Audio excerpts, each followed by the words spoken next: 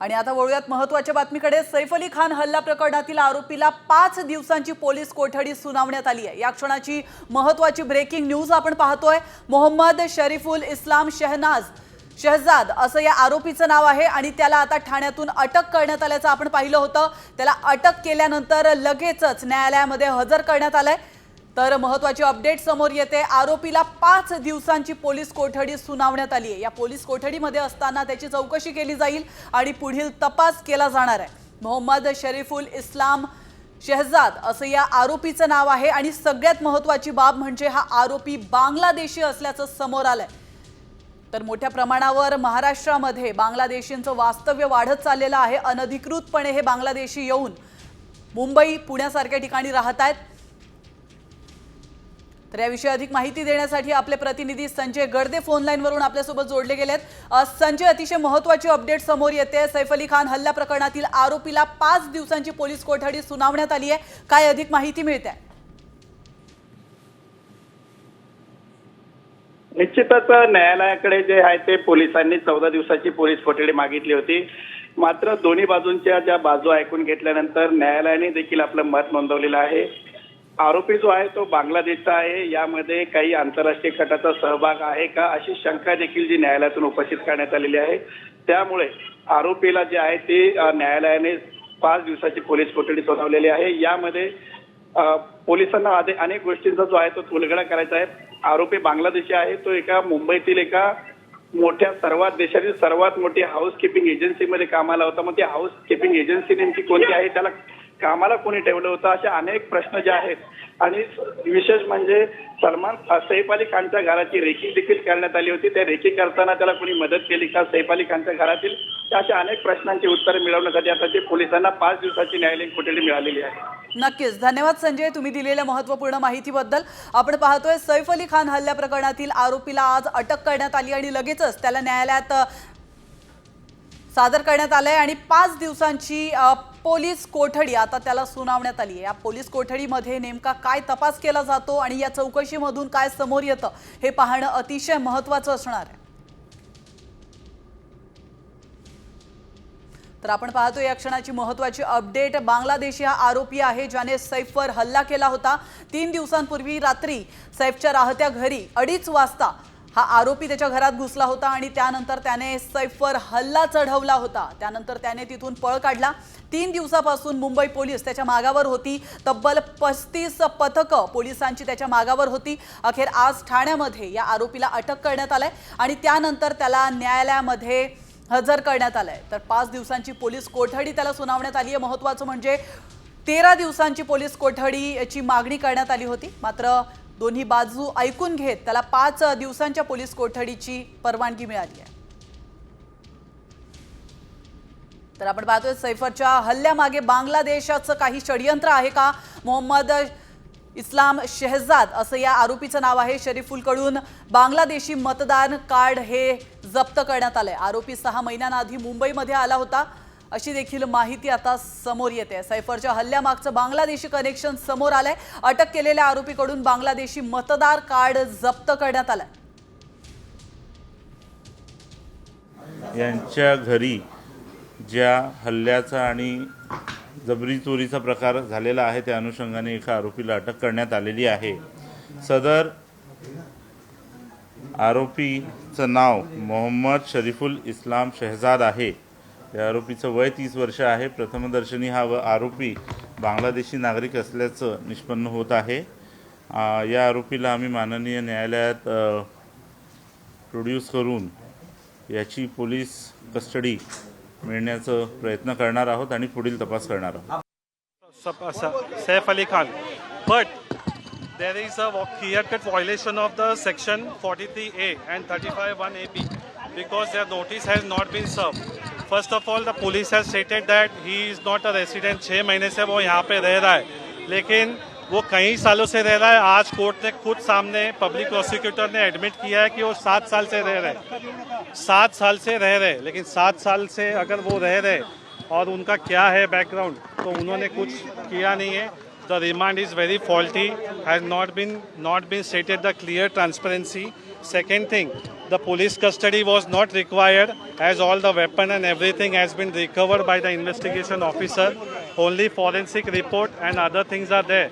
It has to be taken care by the investigation officer by the FSL report, not by the custody. Just because it is a Saif Ali Khan, the matter has been hyped and he has been extended to police custody. International level की conspiracy है sir, court ने कहा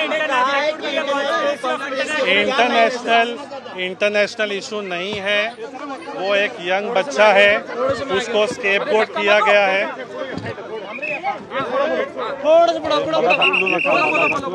थांबा इथे थांबा. International conspiracy को international पहुंच जा रही है. What is the international what you have to say? First of all allegation जो बताए गए international, there is no such international allegation और नो सच प्रूफ. अभी तक इन्वेस्टिगेशन ऑफिसर ने कोई ऐसा प्रूफ नहीं बताया है कि उसमें पता चले कि इंटरनेशनल इश्यूज है. अभी वो बांग्लादेश. तर आपण पाहतोय आरोपीचं नाव मोहम्मद शरीफुल इस्लाम शहजाद असं आहे. आरोपीकडून बांगलादेशी मतदार कार्ड जप्त करण्यात आलंय. आरोपी 6 महिन्यांआधी मुंबईमध्ये आल्याची माहिती आहे. त्याने 3 नावं बदलली आहेत. आरोपीचं बिजय दास नावानं ठाण्यामध्ये वास्तव्य होतं. सैफ अली खानवर हल्ला केल्याची कबुली या आरोपीने स्वतः दिली आहे. आणि आता वळतो एका राजकीय बातमीकडे. पहाटेचा शपथविधी हे षडयंत्र होतं. शपथविधीला जाऊ नका असं अजित पवारांना सांगत होतो असा खळबळजनक गौप्यस्फोट मंत्री धनंजय मुंडे यांनी केलाय. राष्ट्रवादीच्या अधिवेशनात मुंडे बोलत होते तर पहाटेच्या शपथविधीला जाऊ नका म्हणून अजित पवारांच्या पायाही पडलो. ती शपथ त्यांनी घेतली पण शिक्षा मात्र मला मिळाली अशी खंतही धनंजय मुंडे यांनी बोलून दाखवली आहे. दादांना सांगितलं पहाटेच्या शपथविधीला जाऊ नका. धनंजय मुंडे यांनी काय गौप्यस्फोट केला आपण पाहतोय. पहाटेचा शपथविधी हे षडयंत्र आहे, जाऊ नका असं मी त्यांना सांगितलं. अजित पवारांनी जाऊ नये म्हणून त्यांच्या पायाही पडलो.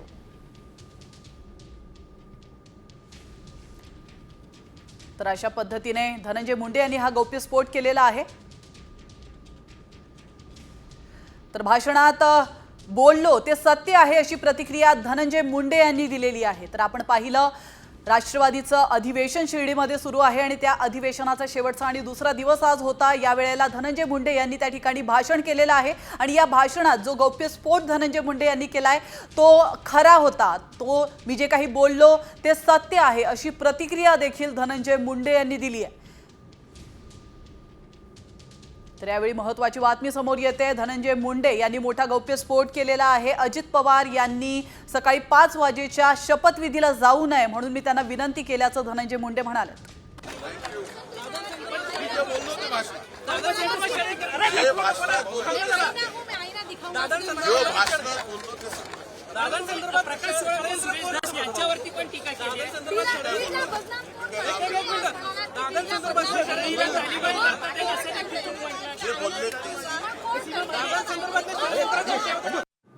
आणि आता घेऊयात बातम्यांचा वेगवान आढावा. Top 50 news.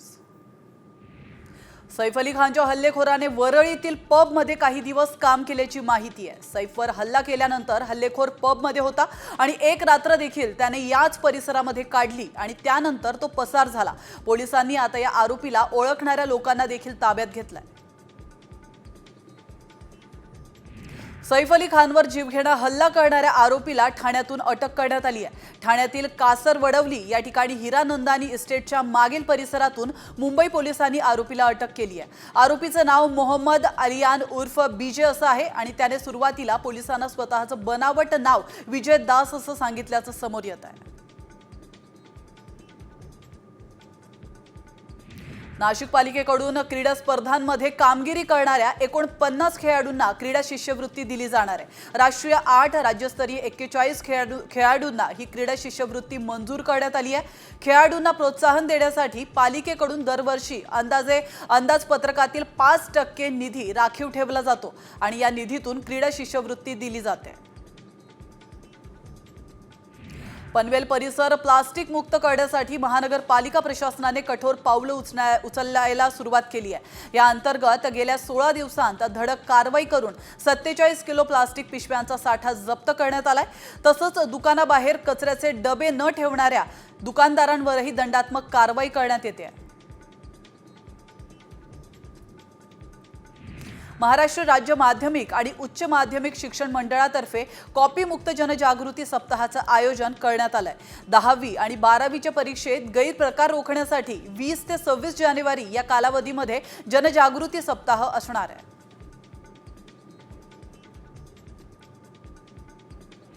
पुणे महानगरपालिकेच्या स्थायी समितीच्या बैठकीत रखडलेल्या प्रकल्पांना मंजुरी देण्यात आली आहे। बैठकीत सुमारे 12 कोटींचे प्रस्ताव मंजूर करण्यात आलेत। महानगरपालिकेच्या अर्थसंकल्पात विविध कामांसाठी तरतूद सुद्धा करण्यात आली आहे। लवकरच पुणे महानगरपालिकेचे आयुक्त राजेंद्र भोसले हे अर्थसंकल्प मांडणार आहेत।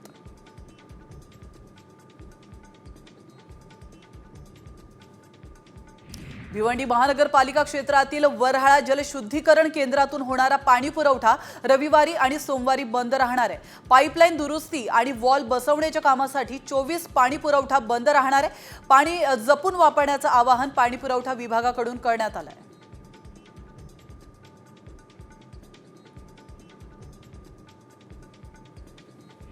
हिमाचल प्रदेशातील धर्मशाळा या ठिकाणी फिरायला आलेली एक गुजराती महिला पर्यटक पॅराग्लायडिंग करताना अपघाताची बळी ठरली आहे। महिला पर्यटक आणि पॅराग्लायडिंग पायलट दोघेही टेक ऑफ पॉइंटवरून खाली पडले। या अपघातात महिला गंभीर जखमी झाल्याची माहिती आहे। महिला पर्यटकाला तातडीने रुग्णालयात नेण्यात आले, मात्र रुग्णालयात पोहोचण्यापूर्वीच या पर्यटकाचा मृत्यू झाला।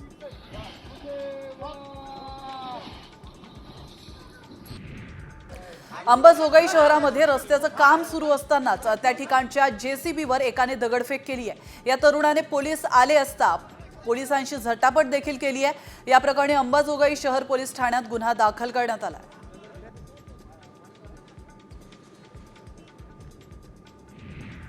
गोव्यात पॅराग्लायडिंग करताना महिला पर्यटक आणि पायलटचा अपघाती मृत्यू झाल्याची धक्कादायक घटना घडली आहे। 18 जानेवारी रोजी घडलेल्या घटनेनंतर गोवा पोलिसांनी तात्काळ गुन्हा दाखल करून पॅराग्लायडिंग कंपनीच्या मालकाला अटक केली आहे। या प्रकरणी सदोष मनुष्यवधाचा गुन्हा देखील दाखल करण्यात आला आहे।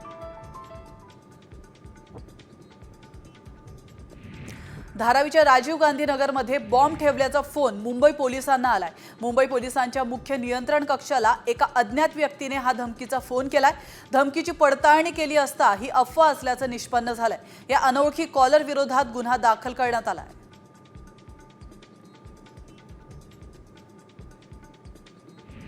पुणे मुंबई एक्सप्रेस हायवेवर शिवशाही बसला भीषण आग लागली आहे। त्यामुळे पुण्याकडून मुंबईकडे जाणारी वाहतूक काही काळ ठप्प झाली आहे। तातडीने IRB अग्निशमन दल घटनास्थळी दाखल होऊन ही आग आटोक्यात आणली आहे। या घटनेत सुदैवाने कोणतीही जीवितहानी झालेली नाही।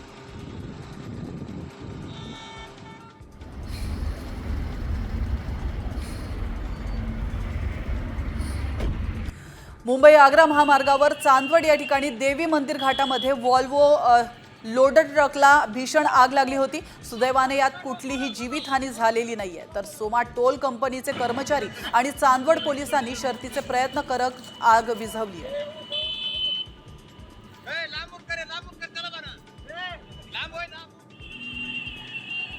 समृद्धी महामार्गावर ट्रॅव्हलरला आग लागली होती। या आगीमध्ये ट्रॅव्हलर जळून खाक झाली आहे। यवतमाळचे सर्व प्रवासी सुखरूप असल्याची माहिती मिळते। नाशिकच्या सिन्नर तालुक्यामध्ये पहाटे 4 वाजताच्या सुमारास ही घटना घडली आहे।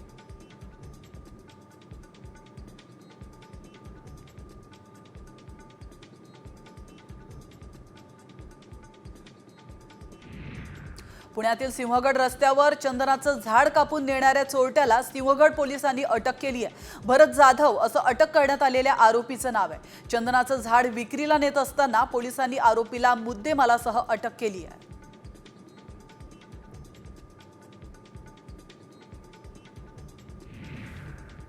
उल्हासनगरमध्ये धक्का लागल्याच्या वादातून एका तरुणाच्या डोक्यात दगडाने हल्ला करण्यात आलाय। त्याचप्रमाणे वाचवायला गेलेल्या महिलेचा देखील ओढणीने गळा आवळून जीवे मारण्याचा प्रयत्न केल्याची धक्कादायक घटना घडली आहे। या प्रकरणी हिल लाईन पोलीस ठाण्यामध्ये गुन्हा दाखल करण्यात आला आहे।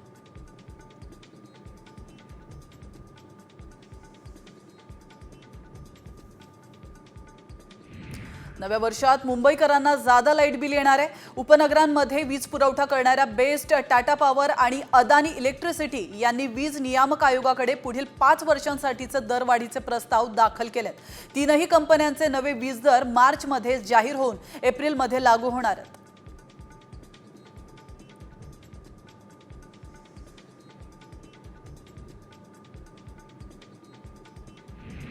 पुण्यात लवकरच 4 नव्या अमृत भारत एक्सप्रेस सुरू करण्याचा निर्णय घेतलाय. अमृत भारत एक्सप्रेस ही वंदे भारत एक्सप्रेस ट्रेन सारखीच असते.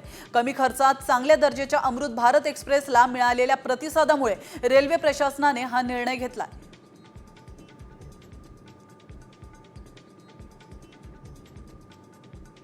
पुणे राष्ट्रीय महामार्ग आता लवकरच 6 पदरी होणार आहे. पुढील 2 ते 3 वर्षांनंतर हा महामार्ग 6 पदरी होईल असं NHAIच्या वरिष्ठ अधिकाऱ्यांनी सांगितलंय. त्यामुळे प्रवाशांना वाहतूक कोंडीतून सुटका मिळणार आहे. वाहनांची वर्दळ वाढल्यानं अपघातांचं प्रमाणही वाढल्यामुळे हा महामार्ग 6 पदरी करण्याचा निर्णय घेण्यात आला आहे.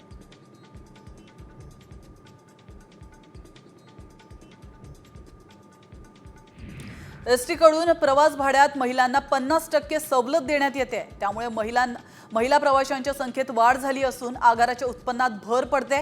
गेल्या वर्षात पनवेल आगारातून 27 लाख महिला प्रवाशांनी एसटीतून प्रवास केलाय. त्यानुसार 10 कोटींचं उत्पन्न मिळालंय.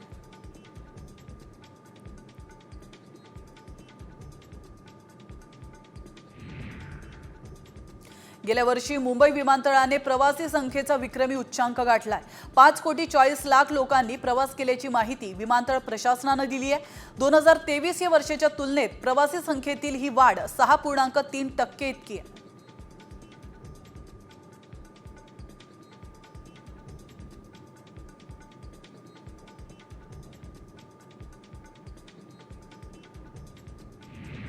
महामार्गावरून मोठ्या प्रमाणात अवजड वाहनांची वाहतूक सुरू असते. यामुळे सातत्याने अपघात होत असतात. या अवजड वाहनांच्या वेळा दिवसा आणि रात्री निर्धारित करावीत. तसंच ठराविक वेळेतच या अवजड वाहनांना शहरातून प्रवेश द्यावा अशी मागणी नागरिकांनी केली आहे.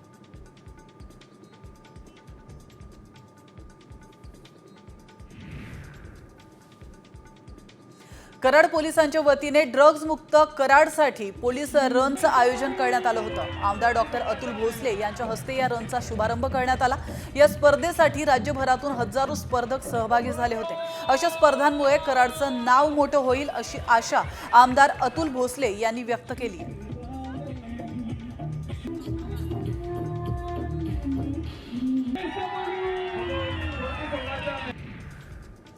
पर्यावरण आणि नद्यांच्या संवर्धनासाठी पिंपरी चिंचवडमध्ये रिव्हर सायकलथॉन आयोजित करण्यात आलं होतं.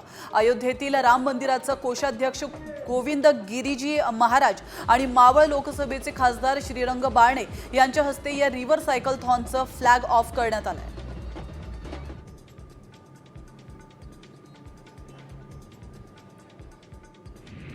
टाटा मुंबई मॅरेथॉनचं हे 20वं वर्ष असून अतिशय उत्साहात ही स्पर्धा पार पडली आहे. टाटा मॅरेथॉन दरम्यान फुल मॅरेथॉन, हौशी फुल मॅरेथॉन, अर्थ मॅरेथॉन, त्याचप्रमाणे police run, 10 kilometre run, champion with disability run, senior citizen run, dream run अशा 7 स्पर्धांचं आयोजन करण्यात आलं होतं. 17,071 स्पर्धकांनी या रनमध्ये सहभाग घेतला होता.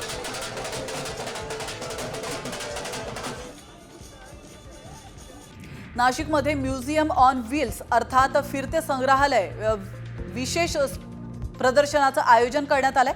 या प्रदर्शनाच्या माध्यमातून जगाच्या इतिहासाशी जवळून ओळख होण्याची संधी मिळणार आहे. सदर प्रदर्शन सर्वांसाठी विनामूल्य असणार आहे.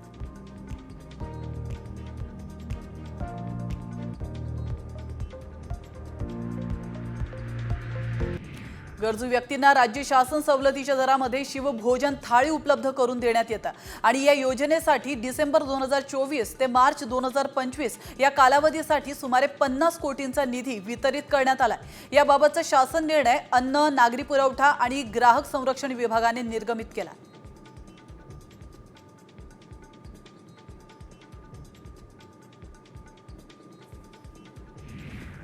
शहरात BSNLच्या लँडलाईन फोनचे 7 लाख ग्राहक होते. मात्र स्मार्टफोन येताच त्याची संख्या कमी होत 40,000वर आली आहे. मात्र हाच लँडलाईन आता नव्या रूपाने समोर येतोय. कॉलिंगसह त्यातूनच ब्रॉडबँड आणि वायफाय सुविधा मिळणार आहे.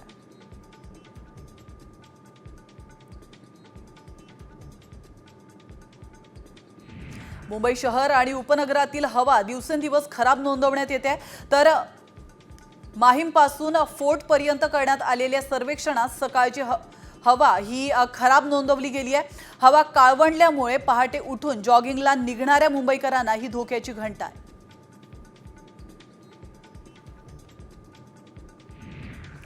शिवजयंती निमित्ताने शिवाजी महाराजांची मूर्ती साकारण्याच्या कामाला आता वेग आला आहे. मूर्तिकारांकडून महाराजांची विविध प्रकारात मूर्ती साकारण्यात मूर्तिकार मग्न झालेत. चालू वर्षी मूर्तीच्या दरांमध्ये कुठल्याही प्रकारची वाढ झालेली नाहीये, त्यामुळे मूर्तिकारांनी ही माहिती दिली आहे.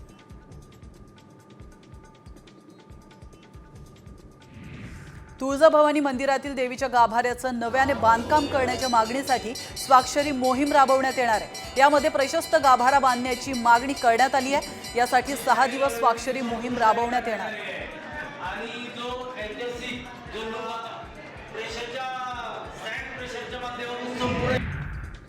रायगडचं पालकमंत्रीपद अदिती तटकरेंकडे देण्यात आलंय, तर शिंदे गटाचे मंत्री भरत गोगावले यांनी रायगडचं पालकमंत्रीपद आपल्यालाच मिळेल असं मंत्रिपदाची शपथ घेतल्यानंतर सांगितलं होतं.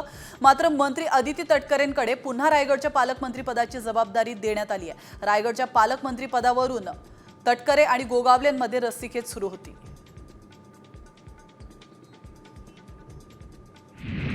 सरपंच हत्या प्रकरण धनंजय मुंडेंना चांगलंच भोवलंय. बीडचं पालकमंत्रीपद अजित पवारांकडे देण्यात आलंय, तर पालकमंत्रीपदाच्या यादीतून धनंजय मुंडेंचं नाव वगळण्यात आलंय. तर पंकजा मुंडेंनाही बीडचं पालकमंत्रीपद न देता त्यांना जालन्याचं पालकमंत्रीपद दिलेलं आहे. त्यामुळे मुंडेंना सरपंच प्रकरण भोवल्याचं दिसतंय.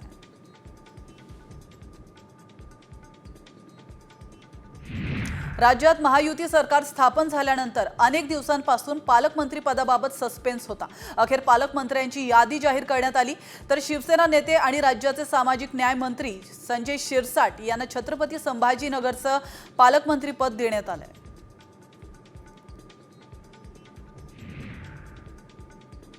राज्यभरातील पालकमंत्र्यांची यादी शनिवारी रात्री जाहीर झाली आहे. महसूल मंत्री चंद्रशेखर बावनकुळे यांच्यावर मुख्यमंत्र्यांनी पुन्हा एकदा विश्वास दाखवत नागपूरचं पालकत्व दिलेलं आहे, तर सोबतच त्यांच्याकडे अमरावतीच्या पालकमंत्रीपदाची ही दुहेरी जबाबदारी देण्यात आली आहे.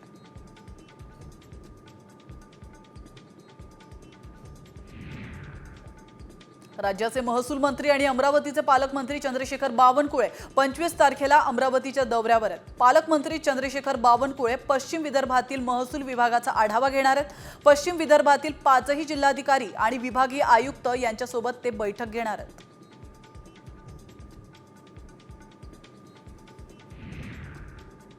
गोंदियाचं पालकमंत्रीपद मिळाल्यानंतर बाबासाहेब पाटील यांनी प्रतिक्रिया दिली आहे. प्रफुल्ल पटेल यांच्यासोबत काम करत नव्या जिल्ह्याचा अभ्यास करता येईल असं ते म्हणालेत. सोबतच लातूरची जबाबदारी दिली असती तर बरं झालं असतं अशी खंतही बाबासाहेब पाटलांनी व्यक्त केली आहे.